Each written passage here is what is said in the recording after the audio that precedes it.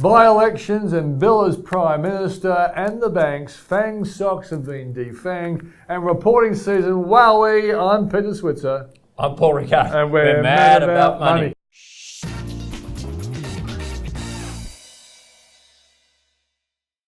We seem more laughable about money rather than mad, Paul, but I'm a bit mad about what the by-election result means, the likelihood of Bill being Prime Minister, and the fact that the banks have been terrorised by the Royal Commission and no one's getting money. No one's getting any money. I mean, look, I think the big picture's still 51-49. That's what the polls say. They haven't moved.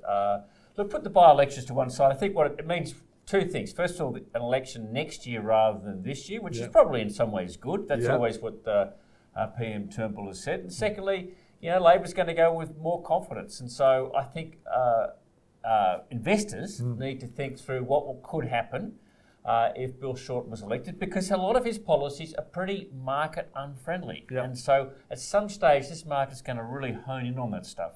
Yeah, and I think the problem I've got with, we have to accept there are times when there are Labor governments and when there are coalition governments. But the bottom line is, our economy is just starting to improve, and if we crush the banks, it could be like what Rudd did to the miners. He crushed the miners at the end of the mining boom, and it's the last thing I think we really need, because we're hearing that the banks aren't lending to businesses and to investors and to even consumers if they don't pass the tough forensic test they're putting on borrowers nowadays. Yeah, so that's another risk out there in terms of the Royal Commission and banks. But look, let's come back to Shorten for a moment. It's not just dividend imputation. I think people have probably put a bit too much focus on that. There's a lot of other things that are arguably a little bit market unfriendly. First of all, the change in the capital gains tax discount. That's a big change. From 50% to 25%. To 25%. If that goes ahead, we've got a whole lot of changes around negative gearing, which could be bad for some of our property developers. And but again, also affects stocks. Both those things affect stocks as well. But things like the potential cap on health insurance premiums, that would affect companies like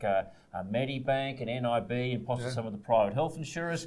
So there's some other things at play there that at least are in the current policy kit bag for the ALP that investors are going to focus on. So look, markets don't like elections. That's the other thing. So at some stage, that's going to become a focus. I think we've got a bit of time still, but just before you get too excited about this market, there's a bit more election risk building into it. Yeah, without a doubt. Now, talking about stocks and risk, the FAANG stocks in the US, Facebook, Amazon, Apple, Netflix, and Google have been defanged in recent weeks. Well, they have been defanged. I mean, I don't think it's the end of the FAANGs, Peter. I think we've seen a couple of the FAANGs have a couple of little breathing issues. Way overbought market.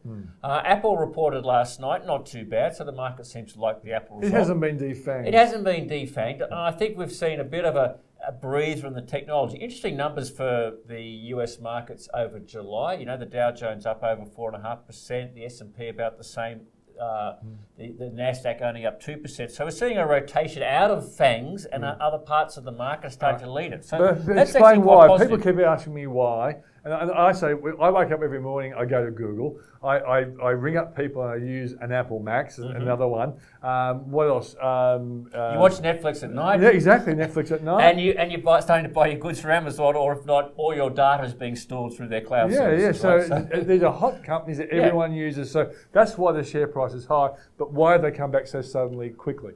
Well, look, I mean, I think when you're priced to perfection and you have a little miss, look, that's what happens. And we've seen that's one of the dangers in our market, because if you look at our market the last 12 to 18 months, it's been the so-called growth stocks priced on pretty high multiples.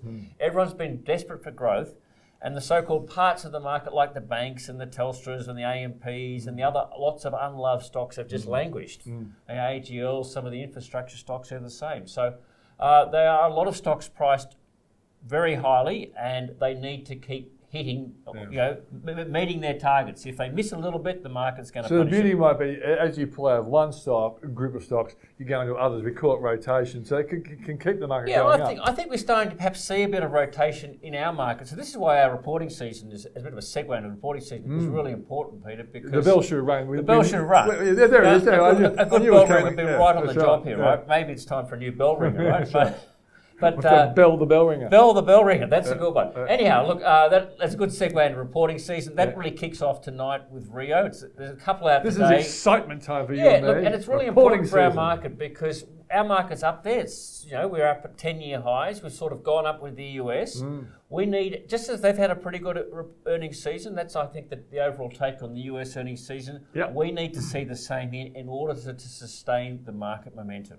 If we get a good earnings season, some of our unloved stocks do a little bit better, and our so-called high flyers sort of report as expected, look, our market can go up. But if it languishes, we're going to struggle, and we're going to go back to waiting for offshore leads again before we can get momentum. And we've often looked to the CBA as the first sort of bellwether stock that gives us an idea whether the reporting season is going to be good. Because of all the problems they've got, do you think the CBA will find it very difficult to be optimistic? This time next week, we'll be talking about the CBA result. It'll be out next Wednesday. I'm a bit on the fence here because I'm encouraged by some of the action. I think yesterday they dropped their fixed rates. I think that shows a bit more aggressive. Despite all the talk about higher rates, they're actually lowering some rates to actually get share back. I think that's positive.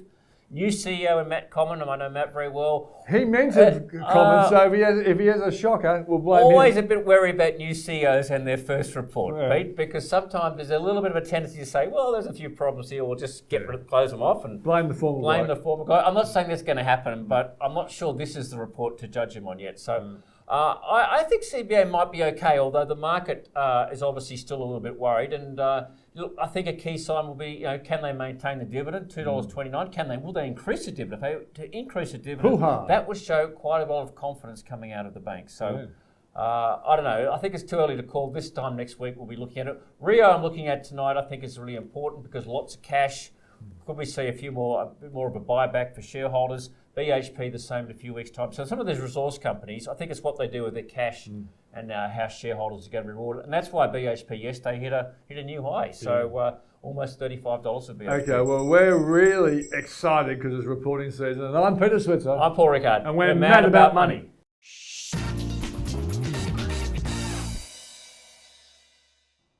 This content has been prepared without taking account of an individual's financial objectives, needs, or financial situation. It does not constitute formal advice. Before acting, any individual should consider the appropriateness of the information, having regard to the individual's financial situation, needs, and financial objectives. Past performance is not a guide for future performance. AFSL 286531.